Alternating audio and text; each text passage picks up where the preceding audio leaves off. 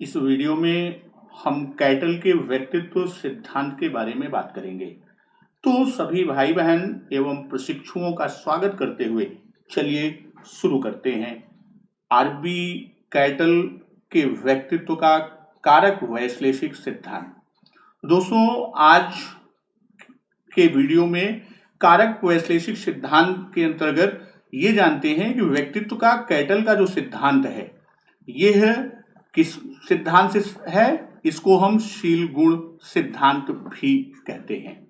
सामान्य तौर पर यह शील गुण सिद्धांत के नाम से ही जाना जाता है।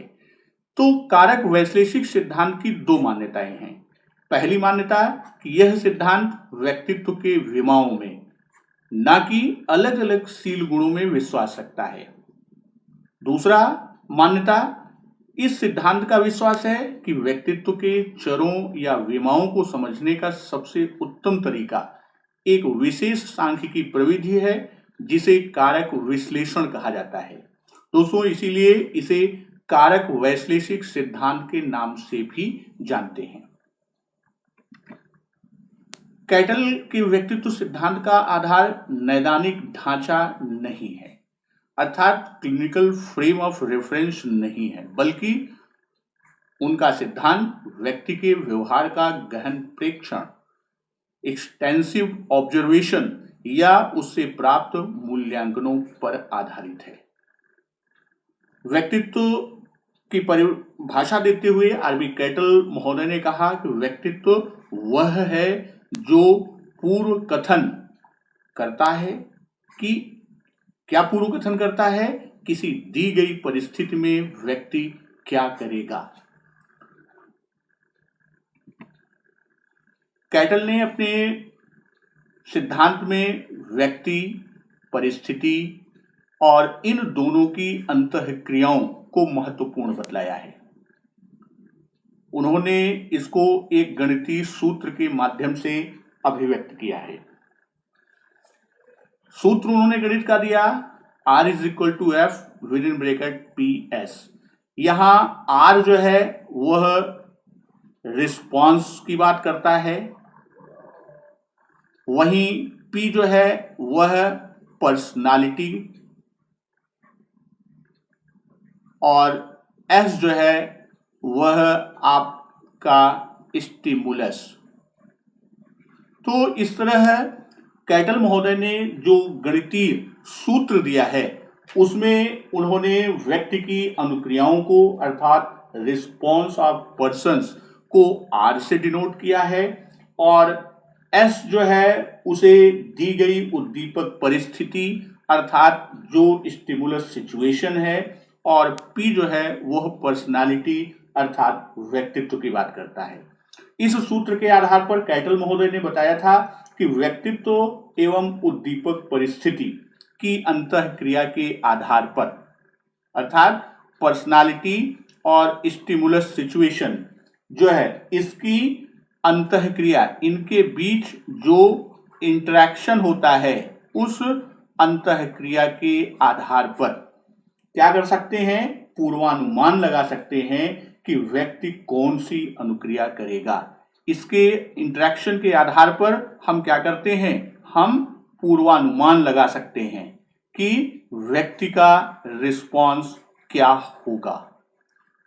यह इस सूत्र के माध्यम से कैटल महोदय ने दिया और उनका मानना था कि व्यक्ति, परिस्थिति और दोनों की अंतःक्रियाओं के आधार पर पूर्वानुमान लगाते हैं। इसलिए उन्होंने तीन चीजों पर, किस पर, व्यक्ति, परिस्थिति और अंतःक्रिया, इन तीनों को महत्वपूर्ण बतलाया है।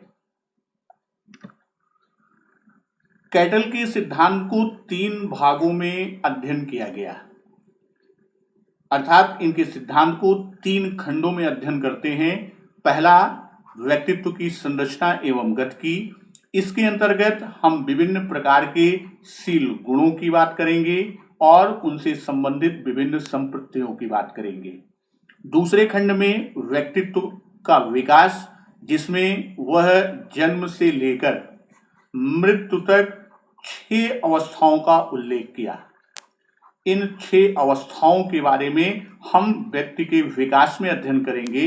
और तीसरा खंड इनके सिद्धांत का बनता है व्यक्तित्व का मापन और शोध प्रविधियां, कि व्यक्तित्व को मापन करने के लिए विभिन्न शोध प्रविधियों, विभिन्न मेथड्स को इन्होंने दिया, उसको तीसरे खंड में। तो इस आज की वीडियो में हम लोग प्रमुखतया पहले और दूसरे खंड पर बात करेंगे। कैटल के व्यक्तित्व सिद्धांत की जब हम बात करते हैं तो इनके सिद्धांत में इन्होंने सबसे पहले क्या किया था? सबसे पहले इन्होंने 4000 शील गुणों की सूची बनाई।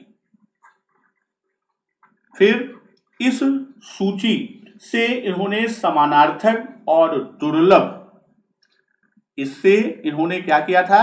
समानार्थक और दुर्लभ,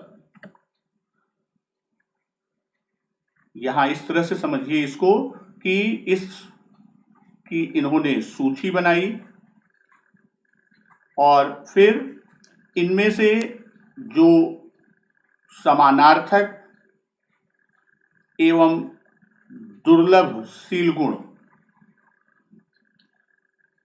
जो विशेषताएं हैं, शील गुणों की बात करते हैं, अर्थात जो विशेषताएं हैं उनको अलग करके 171 वर्णनात्मक पदों का उल्लेख किया। इतने वर्णनात्मक पद 171 का चयन किया। इनको उन्होंने क्या किया? उनका चयन किया और फिर इनके मध्य, अर्थात इन पदों के मध्य इन्होंने क्या किया? संबंधों का अध्ययन करके, सहसंबंध विधि से संबंधों का अध्ययन करके 35 वर्गों में अवकलित कर दिया। इसे इन्होंने 35 वर्गों में अवकलित कर दिया। तो ये अवकलित करने के पश्चात कैटल ने यहां कारक विश्लेषण सांख्यिकी, जैसा पूर्व में हमने बताया कि सांख्यिकी प्रविधि, कारक विश्लेषण सांख्यिकी प्रविधि का प्रयोग करके, उसको उपयोग करके व्यक्तित्व को अभिव्यक्त करने वाले, व्यक्तित्व को व्यक्त करने वाले 12 मूल शील गुणों का उल्लेख किया। 12 मूल शील गुण, या यूं कह दें कि 12 मूल कारकों का इन्होंने उल्लेख किया या उसे ज्ञात किया, और इन्हीं 12 मूल कारकों को ही इन्होंने व्यक्तित्वशील गुण का नाम दिया। इसी को उन्होंने व्यक्तित्वशील गुण का नाम दिया।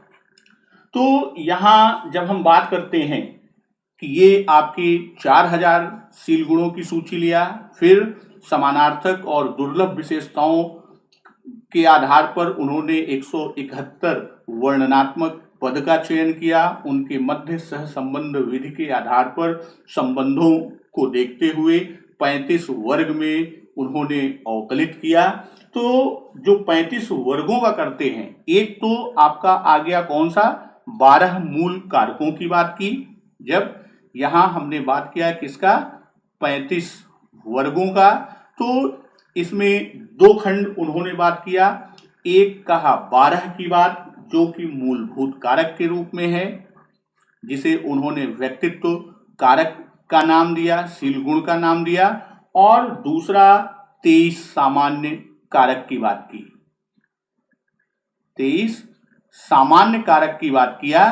तो जो 23 सामान्य कारक हैं उनमें 16 कारकों को इन्होंने अति महत्वपूर्ण माना। 16 कारक जो हैं उसे उन्होंने अति महत्वपूर्ण माना, और उन 16 कारकों के ज्ञात करने के लिए इन्होंने एक क्वेश्चनेयर डेवलप किया। आरबी कैटल महोदय ने एक क्वेश्चनेयर डेवलप किया, और इस क्वेश्चनेयर को ही हम 16PF क्वेश्चनेयर के नाम से जानते हैं।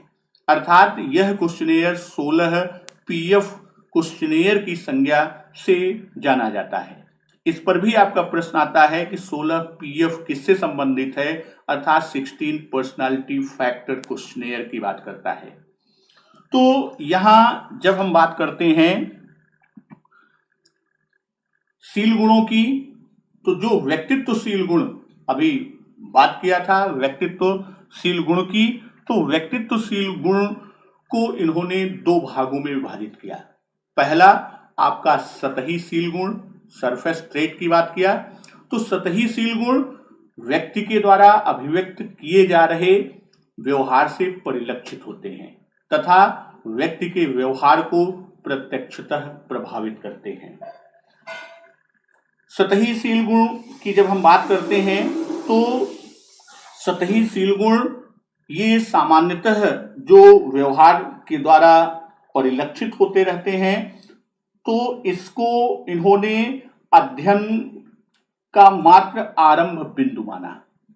सतही शील गुण को इन्होंने क्या माना कि अध्ययन का आरंभ बिंदु। अपने अध्ययन में इन्होंने इसे आरंभ बिंदु माना और सतही शील गुण जो है वो व्यक्तित्व विशेषताओं का एक ऐसा सेट है, यह व्यक्तित्व विशेषताओं का एक समुच्चय है। कैसा समुच्चय? जो आपस में सह संबंधित तो होते हैं। ये आपस में क्या होते हैं? सह संबंधित तो होते हैं, किंतु आपस में मिलकर कोई एक कारक का निर्माण नहीं कर पाते, अर्थात इनके द्वारा कारक निर्माण नहीं होता। वहीं जब हम स्रोतशील गुण की बात करते हैं, सोर्स ट्रेट की बात करते हैं, तो स्रोतशील गुण व्यक्ति के व्यवहार के पीछे छिपे रहते हैं तथा अभिव्यक्त को प्रत्यक्ष रूप से नियंत्रित व निर्धारित करते हैं। तो स्रोतशील गुण अपेक्षाकृत अधिक अस्थायी होते हैं। यदि हम स्रोतशील गुण की बात करें तो यह स्रोतशील गुण क्या होता है? यह अस्थायी होता है अपेक्षाकृत सतही शील गुण के। और दूसरी चीज, व्यक्तित्व के स्वरूप को, यानी स्रोतशील गुण के आधार पर हम व्यक्तित्व के स्वरूप को विधिवत, यानी हम कह सकते हैं कि ठीक ढंग से इसको समझ सकते हैं। स्रोतशील गुण के आधार पर व्यक्तित्व के स्वरूप को हम क्या कर सकते हैं? हम समझ सकते हैं, और समझ ही नहीं बल्कि ठीक ढंग से समझ सकते हैं। तो जब हम बात करते हैं स्रोतशील गुण का, तो यह व्यक्तित्व के वैसे शील गुण होते हैं जो एकात्मक कारक होते हैं। ये क्या है? यह एकात्मक कारक के रूप में होते हैं। तो इनका हम अगर उदाहरण लेते हैं तो इस प्रकार भी हम कह सकते हैं कि जब कई सतही शील गुण में आपसी सहसंबंध होता है,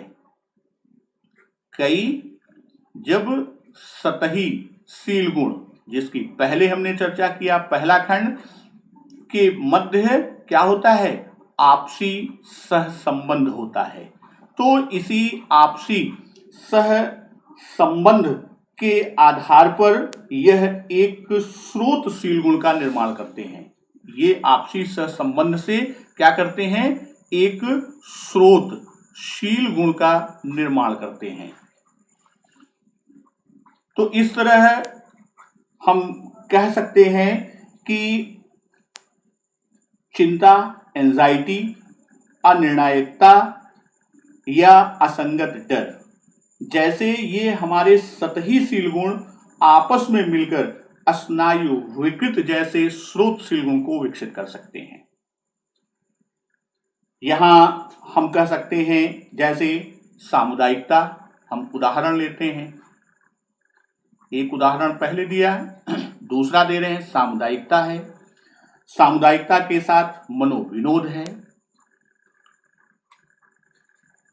और मनोविनोद के साथ साथ अस्वार्थीपन यानी स्वार्थीपन की बात हमने किया, तो यह तीन क्या हैं? यह तीन हमारे क्या हैं? ये सतहीशील गुण हैं। तो इनके आपस में सह संबंधित होकर यह सतहीशील गुण क्या होते हैं? यह जब आपस में सह संबंधित होंगे तो सह संबंधित होकर यह एक स्रोतशील गुण का निर्माण करेंगे। तो जो स्रोतशील गुण इसके आधार पर बनेगा तो हम कह सकते हैं कि मित्रता जैसे स्रोतशील गुण का विकास होता है। अर्थात मित्रता क्या है? यह स्रोतशील गुण है और इसका निर्माण किससे हुआ? इसका निर्माण विभिन्न सामुदायिक मनोविनोद या अस्वार्थीपन जैसे सतहीशील गुण के आधार पर हुआ है। इनकी पहचान सिर्फ कारक विश्लेषण प्रविधि से हम कर सकते हैं। जो स्रोतशील गुण है इनकी पहचान हम कैसे कर सकते हैं? इनकी पहचान हम सिर्फ कारक विश्लेषण प्रविधि के द्वारा ही कर सकते हैं। इसके द्वारा हम क्या कर सकते हैं? इसके द्वारा हम स्रोतशील गुण की पहचान कर सकते हैं। और स्रोत बहुत सारे जो सतहीशील गुण का अंतर सह संबंध ज्ञात करके एकात्मक प्रभावों का हम पता लगा सकते हैं। जो एकात्मक प्रभाव की बात करते हैं, एकात्मक कारक, वह किसके आधार पर हैं? जो कई प्रकार के सतहीशील गुण आपसी सहसंबंध पर स्रोतशील गुण का निर्माण करते हैं, तो उनके आधार पर हम पता कर सकते हैं। तो स्रोतशील गुण को उत्पत्ति के आधार पर कैटल महोदय ने दो भागों में बांटा। एक शरीर गठनात्मक शील गुण कॉन्स्टिट्यूशनल ट्रेट की बात किया, दूसरा पर्यावरण परिवर्तित शील गुण एनवायरमेंटल मोल्ड ट्रेट की बात किया। तो जो हमारा शरीर गठनात्मक शील गुण है कि उत्पत्ति व्यक्ति की आंतरिक अवस्थाओं से माना। इसे किससे माना? इसे व्यक्ति की आंतरिक अवस्थाओं से माना है। इसके आधार पर इसकी उत्पत्ति को माना और ऐसे शील गुण कोई जरूरी नहीं कि वे जन्मजात ही हों,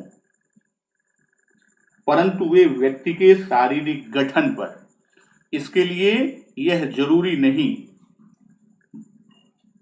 यह शारीरिक गठन पर स्पष्ट रूप से आधारित होता है। जैसे उदाहरण हम लें तो इसका उदाहरण हम ले सकते हैं कि अल्कोहल को पी लेने से कई तरह के शील गुणों की अभिव्यक्ति जैसे लापरवाही, बकवादीपन या शब्दों का अस्पष्ट उच्चारण आदि होने लगे। तो शरीर गठनात्मक स्रोतशील गुण के ये आपके उदाहरण हैं। वहीं जब हम पर्यावरण परिवर्तित शील गुण की बात करते हैं तो इसका आशय ऐसे शील गुणों से है कि जिनकी उत्पत्ति सामाजिक व भौतिक वातावरण के प्रभावों से होती है। किसके? सामाजिक व भौतिक वातावरण के प्रभाव से होती है। इनके द्वारा अर्जित किए गए व्यवहारों की अभिव्यक्ति होती है। इनके द्वारा किस प्रकार के अर्जित व्यवहारों, तो जो उसके अर्जित व्यवहार हैं वह परिलक्षित होते हैं, उनकी अभिव्यक्ति होती है। जैसे उदाहरण लेते हैं कि झुग्गी झोपड़ी में रहने वाला कोई व्यक्ति और एक महल में रहने वाले व्यक्ति, इन दोनों के व्यवहार आपस में भिन्न होंगे। क्यों? क्योंकि पर्यावरण के प्रभाव से ये इनमें क्या होता है कि दोनों का जो शील गुण है वह पर्यावरणीय परिवर्तित शील गुण के कारण होता है, यानी उनकी भौतिक परिस्थितियां अलग अलग शील गुणों को अर्जित करती हैं। तो यहाँ यह आपका जो निर्धारित करने के लिए एक विशेष सांख्यिकी विधि को प्रतिपादित किया जिसे उन्होंने बहुमूर्त प्रारूप विश्लेषण, नाम दिया बहुमूर्त प्रारूप विश्लेषण। इस प्रविधि की बात इन्होंने किया और इसी को शॉर्ट में कभी कभी पूछा जाता है मावा, MAVA शॉर्ट में कहते हैं। और इसका फुल फॉर्म की बात करते हैं तो M का मतलब होता है मल्टीपल, A का मतलब होता है ऑब्स्ट्रैक्ट, V का मतलब है वेरिएंस और A का आशय है एनालिसिस, अर्थात मल्टीपल ऑब्स्ट्रैक्ट वेरिएंस एनालिसिस या मावा। हिंदी में कहें तो बहुमूर्त प्रारूप विश्लेषण प्रविधि या सांख्यिकी विधि का प्रतिपादन किया। कैटल ने अपने सिद्धांत में एक दूसरे ढंग से व्यक्तित्वशील गुणों को 3 भागों में बांटा है, जिसमें पहला आपका आता है क्षमताशील गुण, दूसरा प्रकृतिशील गुण और तीसरा गत्यात्मकशील गुण। तो यहां जब हम क्षमताशील गुण की बात करते हैं, एबिलिटी ट्रेट की बात करते हैं, तो क्षमताशील गुण हमें यह बतलाता है कि किसी लक्ष्य के प्रति व्यक्ति प्रभावी ढंग से कार्य करने में समर्थ हो पाएगा। और यहां यदि हम बात करें तो बुद्धि क्या है? क्षमताशील गुण का एक उत्तम उदाहरण है।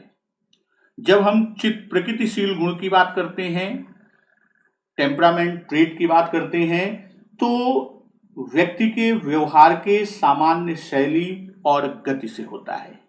तो जो उसकी सामान्य शैली और गति है यह उससे संबंधित होता है, या इस प्रकार से भी कह सकते हैं कि शील गुण से आशय ऐसे शील गुणों से है जो यह बतलाता है कि व्यक्ति अपने लक्ष्य की ओर किस तरह से आगे बढ़ता है। कौन? चित्त प्रकृति या टेम्परामेंट ट्रेट की बात करते हैं। तो व्यक्ति के व्यवहार की रफ्तार, ऊर्जा शक्ति या सांवेगिक प्रतिक्रियाशीलता, जो इमोशनल रिएक्टिविटी की बात हम करते हैं, यह इसके प्रमुख उदाहरण में आते हैं। तीसरा बात हम करते हैं गत्यात्मकशील गुण की। तो गत्यात्मकशील गुण का आशय उन अभिप्रेरकों से होता है। इसके उन अभिप्रेरकों से होता है जो व्यक्ति के व्यवहार को लक्ष्य की ओर अग्रसरित करते हैं, उसके व्यवहार को किधर ले जाते हैं, उसके बिहेवियर को गोल की ओर आगे बढ़ाते हैं, अग्रसरित करते हैं, अर्थात व्यक्ति की अभिरुचि तथा अभिप्रेरणाओं को, व्यक्ति की अभिरुचि और अभिप्रेरणा को इस श्रेणी में रखा जाता है। किसमें? उसकी गत्यात्मकशील गुण के अंतर्गत। कैटल महोदय ने इन तीनों शील गुणों में, अर्थात क्षमता, चित्त प्रकृति और गत्यात्मक में गत्यात्मक शील गुण को अधिक बल दिया और उन्होंने गत्यात्मक शील गुण को 3 भागों में बांटा है, अर्ग, मनोभाव और मनोवृत्ति। तो जब हम अर्ग की बात करते हैं तो वास्तव में अर्ग शब्द जो है वो ग्रीक शब्द अर्गोन से बना हुआ है। यह ग्रीक शब्द अर्गोन से बना है और जिसका अर्थ होता है कार्य या ऊर्जा। इसका अर्थ कार्य या ऊर्जा होता है। तो कैटल ने इस पद का प्रयोग मूल प्रवृत्ति या प्रणोद के बदले में किया। अर्ग का प्रयोग मूल प्रवृत्ति या प्रणोद के बदले किया और कैटल के अनुसार अर्ग सभी तरह के व्यवहार का एक ऊर्जा स्रोत होता है। यह क्या है? सभी प्रकार के व्यवहार के लिए एक ऊर्जा स्रोत होता है और अर्ग जन्मजात होता है। अतः एक तरह का यह शरीर गठनात्मक स्रोतशील गुण के अंतर्गत आता है। वहीं जब हम मनोभाव की बात करते हैं, सेंटीमेंट की बात करते हैं, तो मनोभाव एक तरह पर्यावरणीय परिवर्तित स्रोतशील गुण की बात करता है। पर्यावरणीय परिवर्तित स्रोतशील गुण की बात करता है। तो इसका आशय है कि मनोभाव की उत्पत्ति बाह्य सामाजिक और भौतिक प्रभावों से काफी प्रभावित है। और देखा जाए तो मनोभाव सीखी गई मनोवृत्ति का एक पैटर्न होता है। मनोभाव क्या है? सीखी गई जो व्यक्ति की मनोवृत्ति होती है उसी का एक पैटर्न होता है।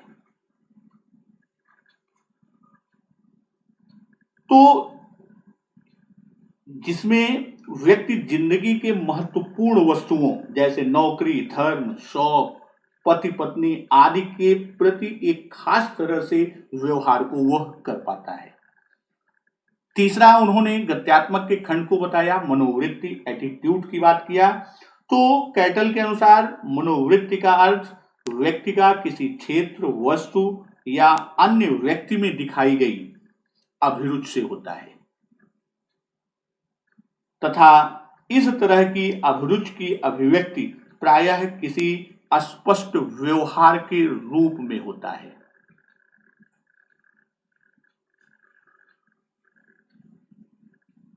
कैटल का मनोवृत्ति से तात्पर्य किसी वस्तु या घटना के प्रति व्यक्ति के संवेगों एवं क्रियाओं से था। किसी भी घटना के प्रति व्यक्ति के संवेगों या क्रियाओं से।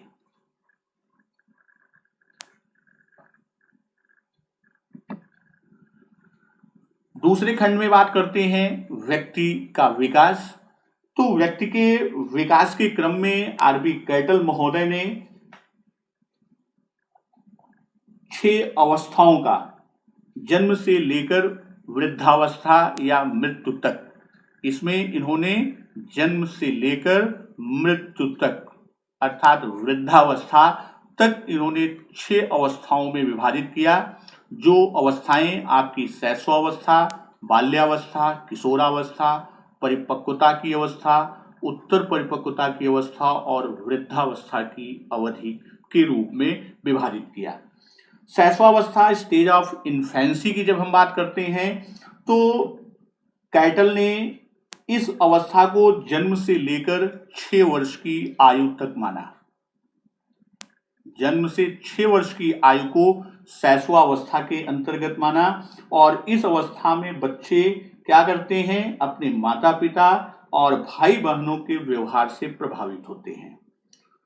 शौच प्रशिक्षणों के उत्पन्न अनुभवों का भी प्रभाव उनके व्यक्तित्व निर्माण पर पड़ता है। उनके अहम और पराअहम की क्या होती है? उनकी कार्य शक्ति होती है और कैटल का मत फ्रायड के मत के करीब आ जाता है। वहीं दूसरी अवस्था बाल्यावस्था। बाल्यावस्था का समय कैटल महोदय ने 6 साल से 14 साल की अवस्था तक को बताया। इसके अंतर्गत इस अवस्था में बच्चे माता पिता के प्रभावों से स्वतंत्र होने लगते हैं, अपने हमजोलियों के साथ घनिष्ठता बढ़ाते हैं। उनकी जो हमजोली हैं उनके साथ घनिष्ठता बढ़ाने लगते हैं और इस अवस्था को कैटल ने सुदृढ़ता की अवस्था कहा।